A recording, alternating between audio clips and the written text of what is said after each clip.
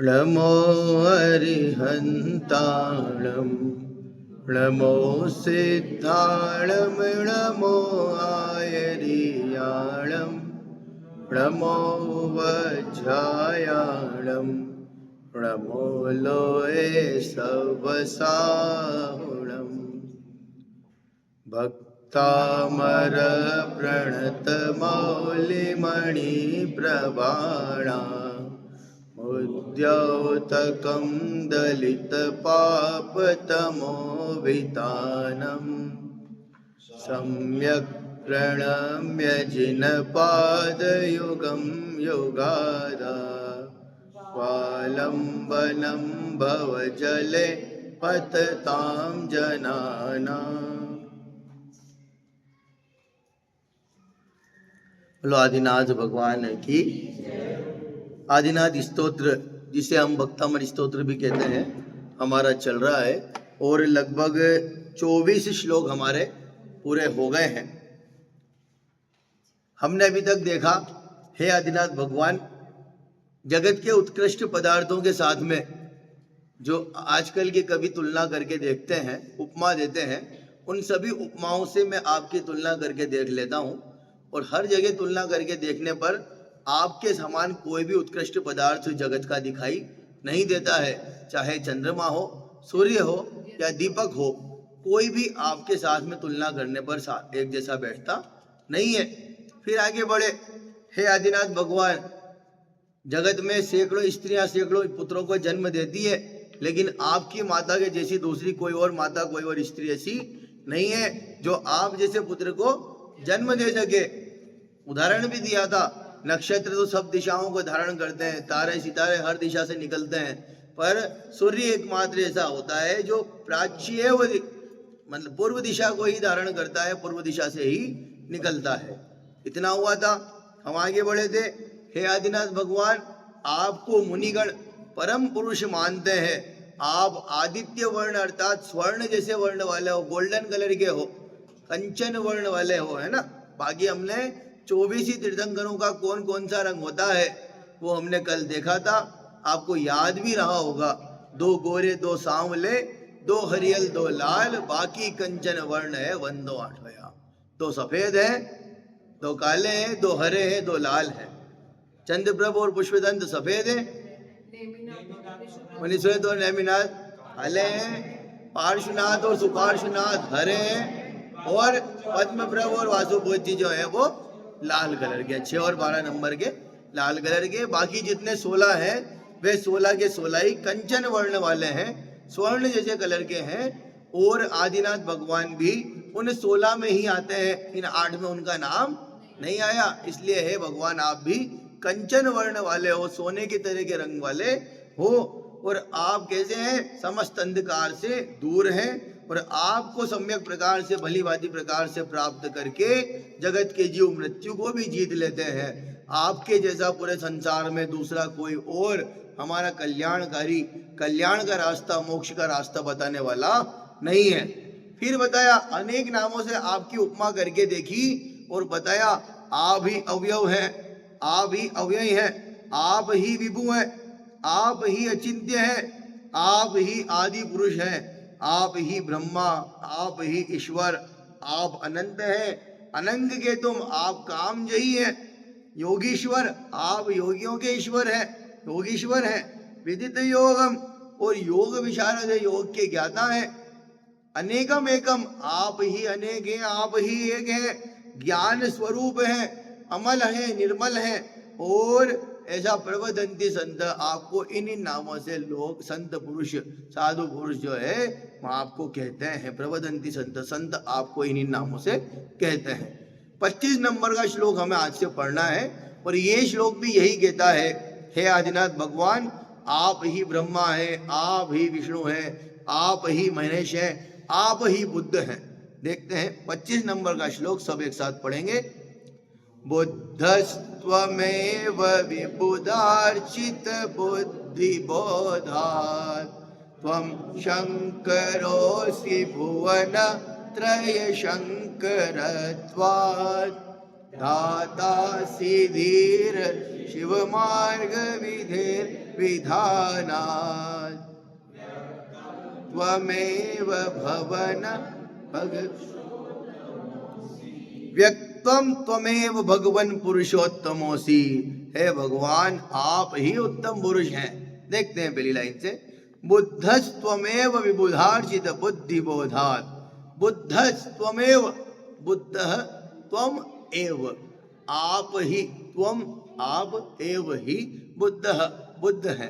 हे आदिनाथ भगवान आप ही बुद्ध है, हमारे लिए कोई और दूसरा बुद्ध नहीं है, आप ही बुद्ध हैं। क्यों? बुद्धि बोधात्। हे भगवान केवल ज्ञान रूपी होने से, केवल ज्ञान वाले होने से आप केवल ज्ञानी हैं, इसलिए आप ही बुद्ध हैं। भाई बुद्ध मतलब ज्ञानी, बुद्ध मतलब ज्ञानी, ज्ञानी पुरुष। केवल ज्ञानी से सबसे बड़ा करके कोई और दूसरा ज्ञानी हो सकता है क्या? आयुषी भाभी, जो सबको जानता हो, कहाँ क्या हो रहा है सब जान लेता हो, सबसे बड़ा ज्ञानी कौन है? भैया सबसे बड़ा ज्ञानी कौन? जो कहाँ क्या हो रहा है हर जगह की हर बात उसको अभी पता है, सबसे बड़ा ज्ञानी तो वही है। कौन? अरे अगले अनंत काल वाले कौन से होने वाले हैं? अनंत काल पहले क्या हुआ, अनंत काल बाद क्या होने वाला है, कौन कौन से उनके नाम होने वाले हैं। हम और आप यहाँ पर आकर के बैठेंगे, मैं भारत से चल करके, कोटा से निकल कर, बिड़ावा से निकल कर यहाँ आकर के आपको ये बात सुनाऊंगा। ये भी केवल ज्ञानी के ज्ञान में अनंत काल पहले झलक गया। यही तो मजे की बात है। हे भगवान आप केवल ज्ञानी हो, बुद्धि बोधात्, आप केवल ज्ञानी होने से त्वमेव बुद्ध, बुद्धस् त्वमेव, आप ही बुद्ध हैं, हमारे लिए कोई और बुद्ध नहीं, कोई और ज्ञानी नहीं। सबसे बड़े ज्ञानी तो केवल ज्ञानी है और आप केवल ज्ञानी हो, इसलिए सबसे बड़े ज्ञानी तो आप ही हो। त्वं शंकरोऽसि भुवनत्रय शंकरत्वात्।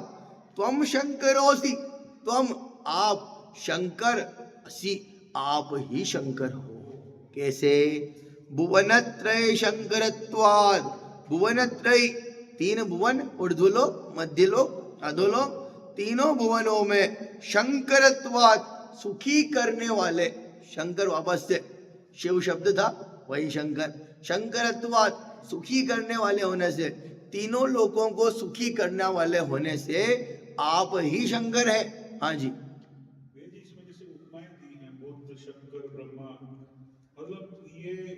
जगत में जो उपमाएं चलती है, जगत में जो जो नाम चलते हैं, इन नामों से हम देवताओं को जानते हैं। बोले हमारे लिए कोई और दूसरा नहीं है, आप ही हो। कौन? बुद्ध। क्या बुद्ध मतलब ज्ञानी? बोले कोई दूसरा बुद्ध नहीं, हमारे लिए आप ही बुद्ध हो। क्यों? आप केवल ज्ञानी हो ना। त्वमेव माता, तुम्हें वैसे, त्वमेव बुद्ध, त्वमेव शंकर, आप ही बुद्ध है, आप ही शंकर है। दूसरे रागी द्वेषियों के पास जाने का सवाल ही पैदा नहीं होता। क्यों जावे? बुद्ध नाम रखने से बुद्ध नहीं हो जाते। बुद्धिमानी व्यक्ति होना चाहिए, ज्ञानी व्यक्ति होना चाहिए। तुम रख दो आंख का अंधा नाम नैन सुख, सुना ना कहावत, आंख का अंधा नाम नैन सुख। नाम रखने से थोड़ी काम हो जाता है, क्वालिटी नाम रखने से नहीं आती। आप इतनी क्वालिटी डिजर्व कर रहे हैं, आप में इतनी क्वालिटी है, आप केवल ज्ञानी है, सबसे बड़े ज्ञानी तो आप ही हैं। इसलिए त्वमेव बुद्ध, बुद्धस् त्वमेव, आप ही बुद्ध हैं। जगत को सुखी करने वाले होने से आप ही शंकर हैं। धातासी धीर, धातासी विधाता है, धीर धातासी धीर। हे भगवान आप ही विधाता हो। शिव मार्ग विधेर विधानात्। शिव मार्ग, फिर कहा था शिव मतलब मोक्ष या सुख, सुख का मार्ग बताने वाले, मोक्ष का मार्ग बताने वाले। विधेर विधानात्, विधाता हो आप ही। हे भगवान मोक्ष का मार्ग बताने वाले आप ही विधाता हो। विधाता मतलब कौन? विधि का मार्ग बताने वाले, करने वाले। बोले सबसे बड़ा विधाता हमारे लिए कोई और विधाता नहीं है,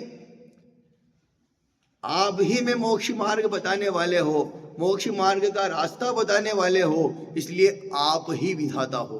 तीन नाम हो गए। आप ही बुद्ध हो, आप ही शंकर हो, और आप ही विधि का विधान। मतलब कौन सी विधि का विधान? कौन से विधाता? मोक्ष सुख को, मोक्ष का मार्ग बताने वाले हो, इसलिए आप ही विधाता हो। हे भगवान, हमारे लिए कोई और दूसरा विधाता नहीं है। व्यक्तम त्वमेव भगवन पुरुषोत्तमोसी। हे भगवान, व्यक्तम त्वमेव, स्पष्ट रूप से, त्वमेव आप ही, व्यक्त कितना व्यक्त कर दिया, स्पष्ट, व्यक्तम स्पष्ट रूप से, त्वमेव आप ही, भगवन हे भगवान, पुरुषोत्तमोसी, हे भगवान असी हो पुरुषोत्तम, उत्तम पुरुष, श्रेष्ठ पुरुष हो। यहाँ पर श्रेष्ठ पुरुष को विष्णु से भी उपमा करके दी गई है। हे भगवान, आप ही ब्रह्मा, पिछले वाले में कह दिया था ब्रह्मा, आप ही बुद्ध, आप ही शंकर, आप ही विधि के विधाता होने से, सृष्टि को बनाने वाला विधाता किसको कहा जाता है? ब्रह्मा को। कोई दूसरा नहीं है, हमारे लिए तो मोक्ष का रास्ता बताने वाले आप ही हैं, इसलिए विधाता भी आप ही है, ब्रह्मा भी आप ही है, महेश भी आप ही है, बुद्ध भी आप ही है, और उत्तम पुरुष विष्णु भी आप ही है, कोई और दूसरा नहीं है। बोले रागी द्वेषी देवी देवता हमारे लिए ब्रह्मा विष्णु महेश नहीं है, आप केवल ज्ञानी हैं, इसलिए आप बुद्ध हैं। आप सुख का रास्ता बताते हैं, आप सुखी कर देते हैं, इसलिए आप ही शंकर हैं। आप मोक्ष का मार्ग बताने वाले हो, मोक्ष तक ले जाने वाले हो, इसलिए आप ही विधाता हो। और हे भगवान, सब तरफ से देख लिया, सबसे उत्तम पुरुष आप ही हो। बात ख्याल में आई? व्यक्तम त्वमेव भगवान पुरुषोत्तमोसी। हे भगवान, स्पष्ट रूप से आप ही उत्तम पुरुष हो, दूसरे और कोई नहीं है। बात समझ में आ रही है? मोक्ष का रास्ता बताने वाले आप, सुखी करने वाले आप, सुख का रास्ता बताने वाले आप, केवल ज्ञानी आप, उत्तम पुरुष भी आप ही हैं। बात ख्याल में आ रही है? हाँ जी। आगे बढ़ते हैं, 26 नंबर का श्लोक देखते हैं। तुभ्यं नमः त्रिभुवनार्तिहराय नाथ, तुभ्यं नमः क्षितितलामलभूषणाय, तुभ्यं नमः श्री परमेश्वराय।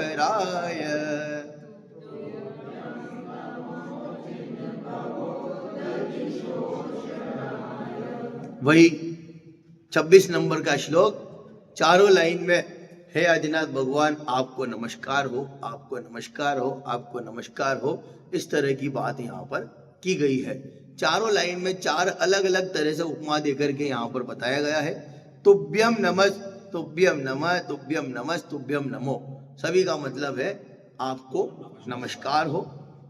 तुभ्यम नमस्, आपको नमस्कार हो।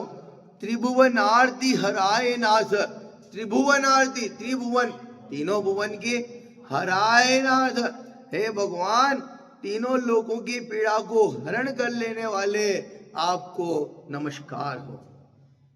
फिर से, हे भगवान, तीनों लोगों की पीड़ा, तीनों लोगों के दुखों को हरण कर लेने वाले आप होने से आपको नमस्कार हो। तुभ्यम नमः क्षितितला मलभूषणाय, तुभ्यम नमः, आपको नमस्कार हो। क्षितितल, क्षिति कहते पृथ्वी को, क्षितितल, पृथ्वी तल के, अमल भूषणाय, अमल आभूषण, हे भगवान, पृथ्वी के अमल निर्मल आभूषण आप हैं। आपके समान कोई और दूसरा निर्मल आभूषण है नहीं। पृथ्वी को मानो आप इस पृथ्वी पर आभूषण की तरह काम कर रहे हैं, निर्मल आभूषण है। हे भगवान, आप में कोई मल नहीं है, आप में कोई विकार नहीं है, इसलिए आपको नमस्कार हो। तुभ्यम नमस्त्रि जगतः परमेश्वराय, तुभ्यम नमः, आपको नमस्कार हो। त्रिजगतः, तीनों जगत के, कौन कौन से तीनों जगत? ऊर्ध्वलोक, हाँ तो बोलो ना, आवाज आनी चाहिए भाई। अब तक तो कौन 50 बार हमारा इसमें आ गया, त्रिजगत, त्रिभुवन, कौन कौन से तीन जगत? ऊर्ध्वलोक, बोलना पड़ता है, ऊर्ध्वलोक, मध्यलोक और तीनों जगत के परमेश्वर। त्रिजगत परमेश्वर आए, हे भगवान, तीनों जगत के परमेश्वर, तीनों जगत के परमेश्वर, आपको नमस्कार हो। तो व्यम नमो जिन भवोदधिशोषणाय, तो व्यम नमो, आपको नमस्कार हो। हे जिनेन्द्र भगवान, आपको नमस्कार हो। कौन?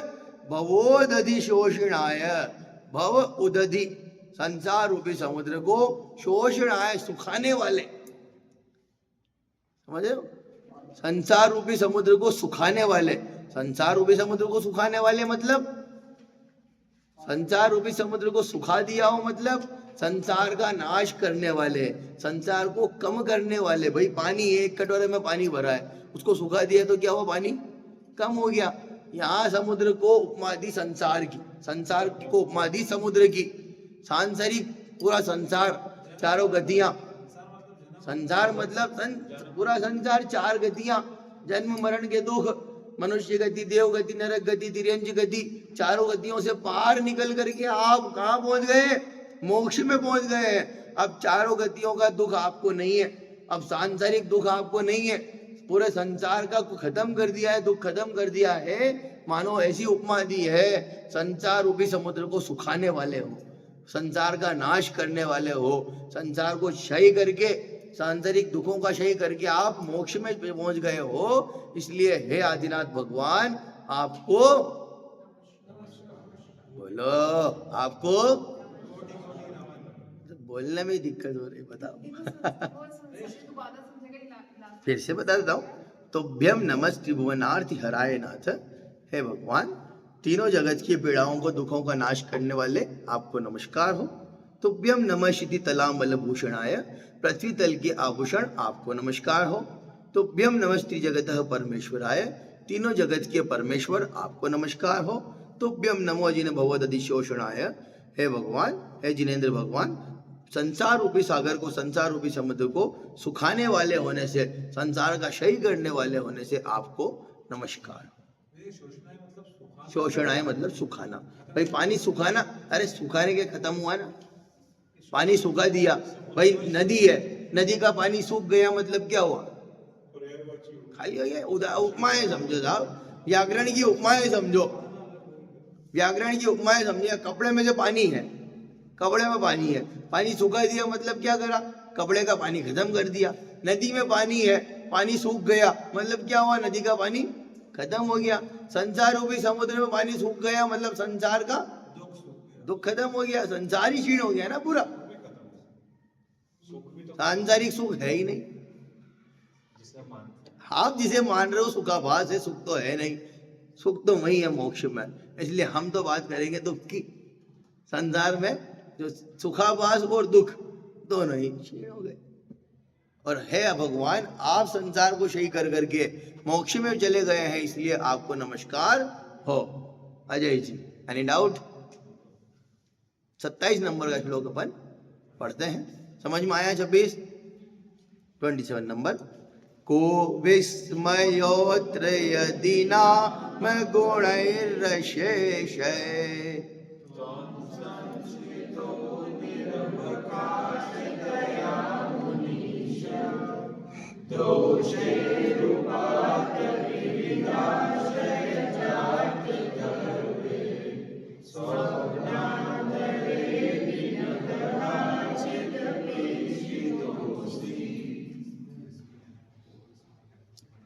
को विस्मयोत्र, वापस इसमें क्या आश्चर्य की बात है? चित्रम किमत्र नात्यद्भुतम को विस्मयोत्र, याद आया? को विस्मयोत्र, इसमें कौन सा आश्चर्य की बात है? किसमें? यदि नाम गुणैरशेष त्वं संश्रितो निरवकाशतया मुनीश। मुनीश है मुनियों के ईश्वर, हे आदिनाथ भगवान, यदि नाम गुणैरशेष, यदि आपके नाम में ही या आप में ही समस्त गुण, अशेष कहते हैं जिसमें कोई शेष बाकी नहीं रहा हो, अशेष कहते हैं ना, अशेष, समस्त, समस्त गुण, त्वम संश्रितो, समस्त गुणों ने आपका ही आश्रय ले लिया हो, निरवकाश, कोई और दूसरी जगह उसको नहीं मिली हो। आओ समझिएगा, हे आदिनाथ भगवान, समस्त दोषों को अन्यत्र कहीं और जगह नहीं मिली हो, निरवकाश, कोई और जगह नहीं मिली हो, और मानो समस्त जगत के समस्त गुणों ने आपका ही आश्रय ले लिया हो। को विस्मयोत्र, इसमें कौन से आश्चर्य की बात है। भाई उत्तम गुण है, उत्तम क्वालिटी की चीज है, तो उत्तम पुरुष के पास ही जाएंगे।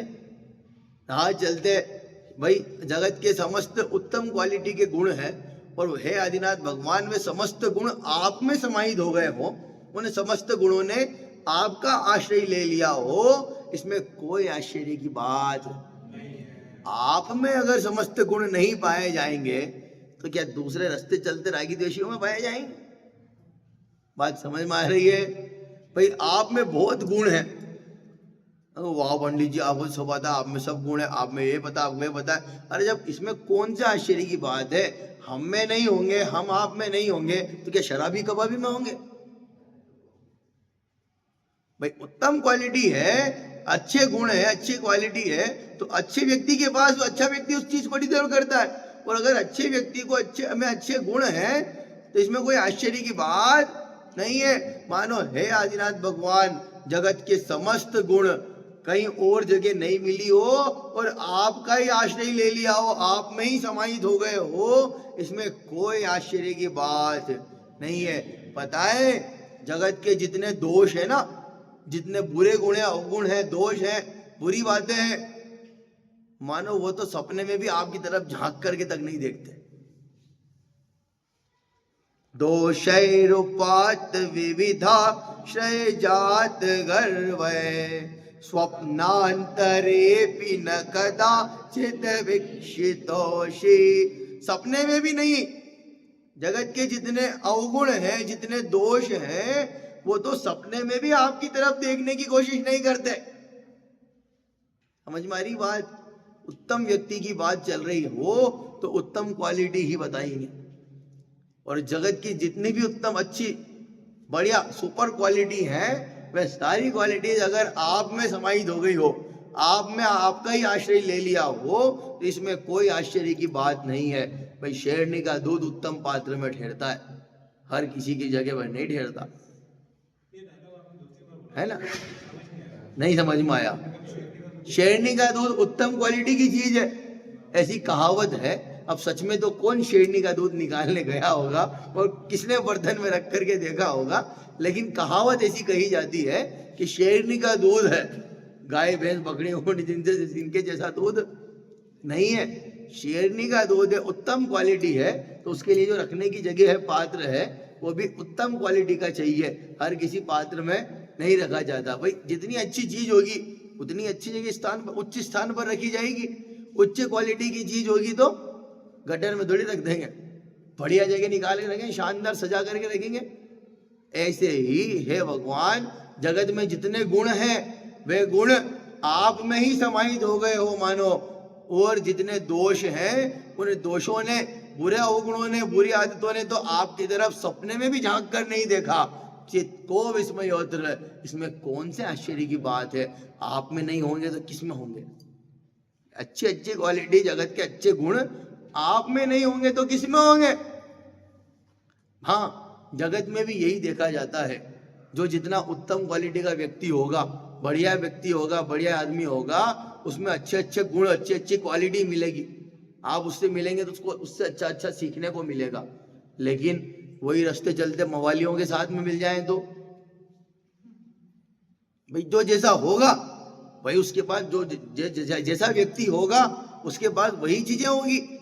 रास्ते चलते मवालियों के पास में मिलोगे तो वही गाली गलौज सीखोगे, गाली गलौज देंगे। सारे जितने अवगुण है भाई, वो शराब पीते हैं, सिगरेट पीते हैं, तंबाकू खाते हैं, गाली देते हैं, लड़की छेड़ते हैं, जगत के सारे अवगुण उन मवालियों में मिलते हैं। और कोई अच्छा व्यक्ति होगा, बोले ये देखो ये शराब नहीं पीता है, सिगरेट नहीं पीता है, लड़की नहीं छेड़ता, इसमें बहुत सारी गुण है, इसकी बात करने का तरीका बढ़िया है, इसका काम करने का तरीका बढ़िया है, आपस में डील कैसे करते हैं, बात कैसे, इससे सीखो साहब। जगत में भी हम यही कहते हैं, उत्तम व्यक्ति होगा तो उत्तम गुण उसमें होंगे, अवगुण नहीं होंगे। बेकार व्यक्ति होगा तो उसमें बेकार गुण होंगे, गुण बिल्कुल भी नहीं होंगे, अवगुणों से भरा हुआ होगा। बोले इसमें कोई आश्चर्य की बात नहीं है। हे भगवान, जगत के समस्त गुण अगर आप में आकर के समाहित हो गए हो और अवगुणों ने तो सपने में भी आपकी तरफ नहीं झांका कर देखा हो, इसमें कोई आश्चर्य की बात नहीं है। फिर से देखते हैं। तीन शब्द समझ में नहीं आए। अभी बताया ही नहीं मैंने, 2 ही लाइन का अर्थ बताया। नहीं, मतलब इनमें से तीन शब्द हाँ। समझ में नहीं आए। एक तो रशेष और एक निरवकाश और एक लास्ट। फिर से बताते हैं। को विस्मय अत्र, को विस्मयोत्र, कोई विस्मय अत्र, इसमें कौन से आश्चर्य की बात है? यदि नाम, आपके नाम में यदि वास्तव में गुणेर रशेष नहीं है, ये र आएगा इधर, र का हो जाएगा विसर्ग, गुणे अशेष। अशेष मतलब होता है समस्त, जिसमें कोई शेष बाकी नहीं रह जाता हो, कुछ बाकी ना रहा हो, उसको कहते हैं अशेष। जिसमें कुछ शेष बाकी नहीं है वो अशेष, मतलब समस्त, समस्त गुण, गुणेर अशेष, समस्त गुण। त्वम संश्रितो, ये स ऊपर जाएगा, अशेष ही वापस हो जाएगा, स का वापस हो जाएगा विसर्ग, अशेष। त्वम संश्रितो, आपके आश्रय ले लिया हो। निरवकाश अर्थात अन्यत्र और कोई जगह नहीं मिली हो। निरवकाश, अवकाश से रहित, जगह से रहित, अवकाश कहते हैं जगह को, और निरवकाश मतलब जगह से रहित, कोई जगह नहीं मिली हो। जगत के समस्त गुणों को दूसरी कोई जगह नहीं मिली और आप में ही आकर के समाहित हो गए, बोले इसमें कोई आश्चर्य की बात नहीं है। दोषय उपात, दोषों के द्वारा उपात प्राप्त किया गया है। विविध आश्रय जात गर्भ है, विविध आश्रय, अनेक आश्रय से जात गर्व है। हे आदिनाथ भगवान, अनेक जगत के समस्त दोषों ने अनेक अनेक जगह आश्रय लेकर गर्व से, गर्व को प्राप्त किया हो। और क्या, जगत के समस्त दोषों ने अनेक अन्य अन्य जगह पर आश्रय लेकर के गर्व को प्राप्त किया हो, परंतु वे समस्त दोष, वे समस्त अवगुण स्वप्नांतरे भी, स्वप्नांतर अपि, स्वप्न में भी, सपने में भी, न कदाचित, कभी भी नहीं, कदाचितम इक्षितोपि तोसी, हे भगवान, वे जगत के समस्त दोष इक्षितसी, आप में नहीं देखे गए। वे जगत के समस्त दोष सपने में भी आप में नहीं देखे गए, या जगत के समस्त दोष सपने में भी आपकी तरफ नहीं देखते। बात समझ में आ रही है? इसका मतलब कुल मिला के बाद में श्लोक में ये कहा गया, जितने अवगुण हैं, जितने दोष हैं, वे आप में नहीं है, और जगत के जितने समस्त गुण हैं, वे सभी समस्त गुण आप में ही आकर के समाहित हो गए हो। मानो ऐसा लगता हो आप गुणों के भंडार है, समस्त गुण ही आप में है, कहीं और है ही नहीं। इसलिए हे आदिनाथ भगवान, आप ही गुणों के भंडार हो।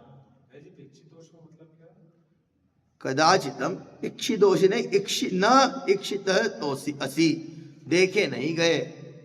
इक्षित शब्द आता है देखने के अर्थ में, इक्षित शब्द आता है देखने के अर्थ में। तो हे भगवान, आप में जगत में कभी भी दोष देखे, स्वप्न में भी आप में दोष देखे नहीं गए। आप समस्त दोषों को दूर कर चुके हैं। अभी आदिनाथ भगवान की जिनकी स्तुति की जा रही है, वह भी अनंत अवस्था में तो की जा रही है, और अनंत भी 18 दोषों से रहित होते हैं। मानो वे 18 के 18 दोष और समस्त दोष भाग गए हो, आपका, आपके आते ही भाग गए हो। वे दोष आप में है नहीं, आपसे दूर हो गए हो, मानो उन दोषों को देश निकाला दे दिया हो। 18 दोष पता है? नहीं पता, कोई बात नहीं, मैं उसमें नहीं उलझना चाहता, लेकिन है ना, जन्म जरा तीर्खा सुधा विस्मय आरद खेत, रोग शोक मद मोह भय निद्रा चिंता श्वेत, ये 18 दोष है। और यही ना ही होत जिस जीव के सो अरहंत हो, जिसके नहीं होते हैं ये 18 प्रकार के दोष। भाई अनंत जन्म मरण नहीं होता, भूख प्यास नहीं लगती, रोग नहीं होता, है ना, आश्चर्य नहीं होता, दुखी नहीं होते, खेद खिन्न नहीं होते। ये 18 दोषों से अनंत परमेष्टि रहित होते हैं। अनंत परमेष्टि के 18 दोष से रहित होते, 18 दोषों का अभाव होता है। हे भगवान, मानो आपके भी समस्त दोषों का अभाव हो गया हो और समस्त गुण आप में ही समाहित हो गए हो। हाँ जी। दुख, दुखी होना, राग, किसी वस्तु को अच्छा जान करके उसको पास रखने की इच्छा करना, ये राग है। किसी को बुरा चाह करके उसको दूर करने की इच्छा करना, ये द्वेष है। अटैचमेंट, उसको पास करना, भाई मैं मेरे मित्र को अच्छा चाहता हूँ, ये मेरे पास ही रहे, मेरा जो शत्रु है उससे द्वेष है, उसको बुरा चाहता हूँ, मुझसे दूर रहे, ये राग और द्वेष है। दुख मतलब दुखी होना, तकलीफ होना, ये दुख है। हाँ, राग से भी दुख है और द्वेष से भी दुख है। दुख दोनों में है। किसी को भला जान करके पास रखने की इच्छा करेंगे और वो पास नहीं होगा, दुख होगा। किसी को बुरा चाह करके उसको दूर करने की इच्छा करेंगे और वो दूर नहीं होगा, तो दुख होगा। राग भी दुख का कारण है, द्वेष भी दुख का कारण है। जो जितना ज्यादा राग, एक डायलॉग है ना, जितना ज्यादा राग, जितना अधिक राग उतना अधिक दुख। छोटा सा उदाहरण देता हूं। न्यूज़पेपर में न्यूज आई, एक बस का एक्सीडेंट हुआ, 50 लोग बस में थे, 15 मर गए, 35 घायल है। आपने न्यूज पढ़ी? चाय पी रहे हैं, पकौड़े खा रहे हैं, बालकनी में बैठे हैं, न्यूज देख आप पढ़ रहे हैं, 50 लोगों का एक्सीडेंट हुआ, 15 मर गए, 35 घायल है। अगली चुस्की आ रही है, गरम पकौड़े ला। कोई फर्क ही नहीं पड़ा है ना। जैसे ही आपने और डिटेल में पढ़ा कि हाँ, ये वाली जो बस है, ये बस तो कंपाला से मसाका जा रही थी। यार कल की बात है, कल कंपाला से मसाका तो मेरा फ्रेंड भी बैठा था। जितना ज्यादा राग उतना ज्यादा दुख। अब आप दुखी और अब चाय का कप नीचे रख दिया, मानो उसमें आपका ही परिवार का कोई हो। आपका परिवार में भी इतना, कौन कितना ज्यादा क्लोज उतना ज्यादा दुख। चाचा के चाचा का, मामा का मामा, चाचा के बेटे का, उसका उसका उसका उसका उसका कोई मरे तो उतनी तकलीफ नहीं होती। जितना क्लोज होगा उतना ज्यादा दुख होगा। रिश्तेदारी से भी मतलब वही है। कोई बहुत से रिश्तेदार, बहुत घनिष्ठ रिश्तेदार होते हैं, लेकिन उनसे राग उतना नहीं होता। कोई बहुत दूर के रिश्तेदार है लेकिन राग ज्यादा है। तो जितना ज्यादा राग उतना ज्यादा दुख। मान लो पता चला मेरे ही परिवार का कोई उस बस में बैठा था, अब चाय पकौड़े सब एक तरफ और टेंशन, और फोन निकाल, फोन मिला फटाफट, वो भी उसमें बैठा था, कहीं वो गया था, उसका एक्सीडेंट तो भाई अपना कोई बैठा था, अपना कोई हुआ, राग था तो दुख का कारण बनता है। राग नहीं होता है तो मर्जी पड़े जो हो, बाढ़ आ रही हो आने दो, लोग बह रहे हो बहने दो, मकान बह रहे हो बहने दो, है भले पंजाब में बाढ़ आए कि उत्तराखंड में आए, हमें कोई फर्क नहीं पड़ता। लेकिन जहां हमारे रिश्तेदार मिल जाए, उसी गांव की बात हो, फिर हम तकलीफ में आने लगते हैं। बात वही है, मैं कह रहा हूं जितना ज्यादा राग, जितना अधिक राग उतना अधिक दुख। अगर राग है तो फर्क पड़ेगा, इसलिए राग दूर करना चाहिए। जितने भगवान हमारे मुनिराज हैं, तीर्थंकर हैं, भगवान हैं, वे सभी वीत रागी होते हैं। उनको राग द्वेष नहीं होता, इसलिए कोई फर्क भी नहीं पड़ता। केवल ज्ञानी के ज्ञान में तो 3 लोग 3 काल की समस्त बातें एक साथ एक समय में देखने को मिल रही है। कब क्या हो रहा है, कौन अच्छे अच्छे काम कर रहा है, कौन बुरे बुरे काम कर रहा है, किस जगह चोरी हो रही है, कोई किसी का रेप कर रहा होगा तो वो भी उनके ज्ञान में दिख रहा है। कब करने वाला है, अनंत 10 साल बाद करेगा, अनंत काल बाद करेगा, वो भी उनके ज्ञान में पहले से झलक रहा है। लेकिन कोई कुछ भी हो रहा हो जगत में, उनको कोई फर्क नहीं पड़ता। वे वीतरागी हैं, इसलिए वीतरागी, सर्वज्ञ होने से पहले वीतरागता जरूरी है। पहले वीतरागी होते हैं, बाद में सर्वज्ञ होते हैं। पहले राग द्वेष का अभाव होता है, बाद में सबको जान पाते हैं। पहले ही जान पाले और वीतरागी ना हो, जीना मुश्किल हो जाए, माथा पड़ जाए। अभी हमारे साथ अगर ऐसी कंडीशन हो जाए ना, किसी की फोन रिकॉर्डिंग, कॉल रिकॉर्डिंग सुनने को मिल जाए, मेरे बारे में ऐसा कह रहा था, अरे साहब 50 तकलीफें पैदा हो जाएगी। कोई हमारे बारे में क्या कहता है, कोई बुराई करता है, कोई अच्छे ही करता है, हमें पता लग जाए, हम जी नहीं पाएंगे। इससे बढ़िया तो था कि मुझे कुछ नहीं पता चल रहा था, वो बढ़िया था, कम से कम सुख शांति से जी तो पा रहा था। इसीलिए सर्वज्ञ होने से पहले, भगवान भी जब सर्वज्ञ होते हैं तो सर्वज्ञता वीतरागता के बाद में आती है।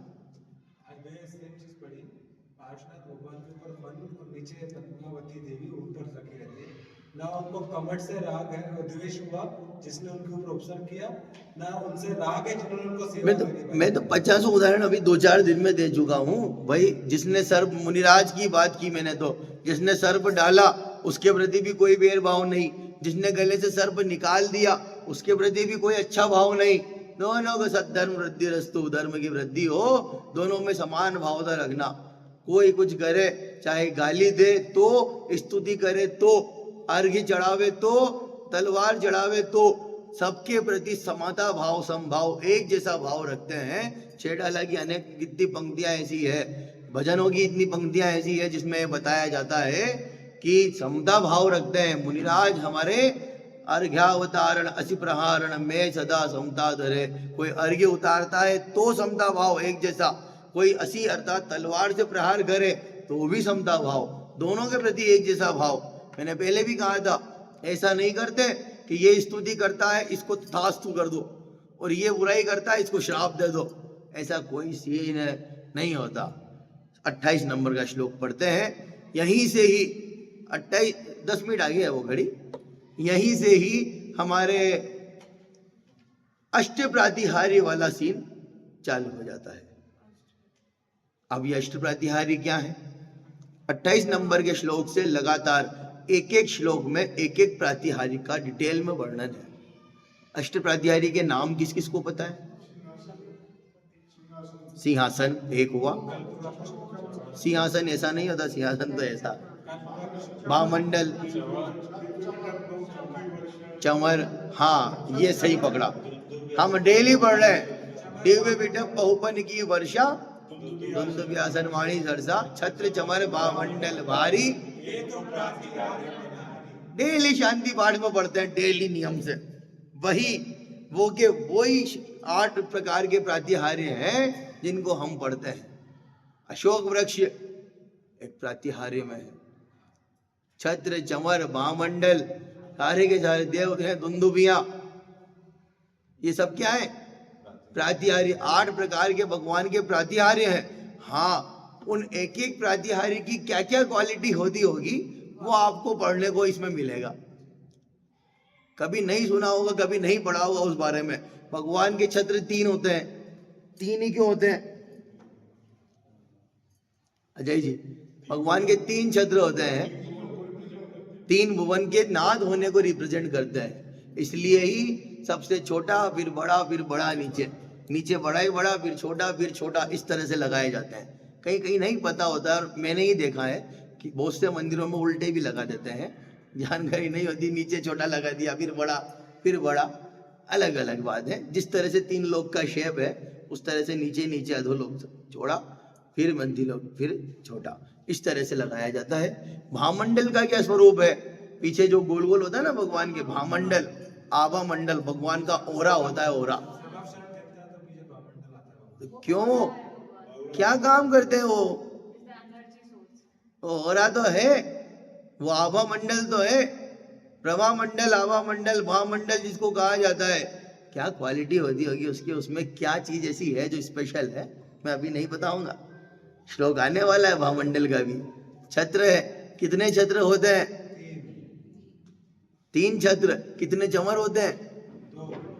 2 चमर नहीं होते, 64 चमर होते हैं। कितने होते हैं? हमने 2 लगा दिए, हम कहते 2 चमर होते हैं, 64 चमर होते हैं, 64। कितने कितने किस किस दिशा में कैसा कैसा स्वरूप होता होगा वो इसमें आएगा। वो तो समोशरण में जो पूरा, अरे सब हमने क्या किया है, मंदिर बनाया तो समोशरण की तो रचना की है, क्यों लगाया भामंडल पीछे? हम 64 लगाने की हमारे पास जगह नहीं है, इसलिए हमने 2 उसके प्रतीक स्वरूप लगा दिए। इसका मतलब ये तो नहीं कि 2 ही लगाए जाते हैं, 64 की जगह नहीं, हमने 2 लगा दिए, प्रतीक स्वरूप लगाए। हमने मंदिर बनाया तो क्यों बनाया?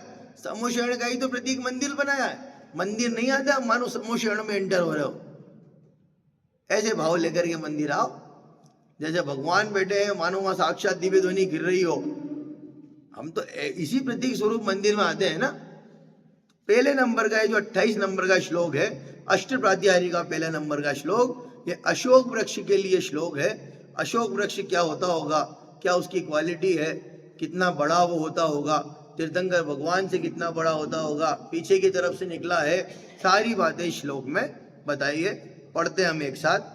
उच्चैरशोक तरु संश्रित मन्मयूख भाति रूप ममलम भवतो नितांतम स्पष्ट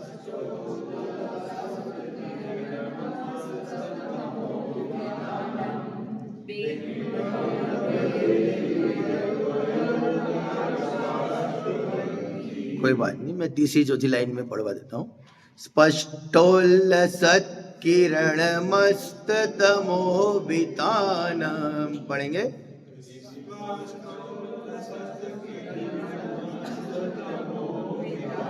फिर से पढ़ता हूँ। स्पष्टोल्लसत् किरणमस्ततमोभितानम्,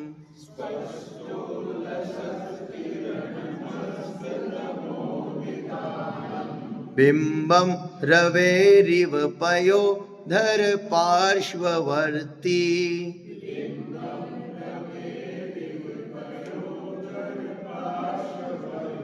जनरली जब उच्चारण किया जाता है तो स्पष्ट नहीं होता, स्पष्ट होता है। स्पर्श नहीं होता, स्पर्श होता है। मेरे से ज्यादा आप इस बात को जानते होंगे, यहाँ रह रहे हैं, जिनके बीच में रह रहे हैं। भाई हिंदी भाषियों से ज़्यादा अच्छे तो हिंदी भाषी जो इंग्लिश बोलने वाले हैं, दूसरे वाले हैं, उनके एक्सेंट ज़्यादा बढ़िया होते हैं। स्कूल बोलते हैं, स्टूल बोलते हैं, ऐसे बोलते हैं ना, स्कूल, स्टूल। ई नहीं बोलते, ई होता भी नहीं है। स्पष्ट नहीं, स्पष्ट है। स्पष्ट, स्पष्ट को स्पष्ट, हाँ तो स्पष्ट को स्पष्ट नहीं बोलते।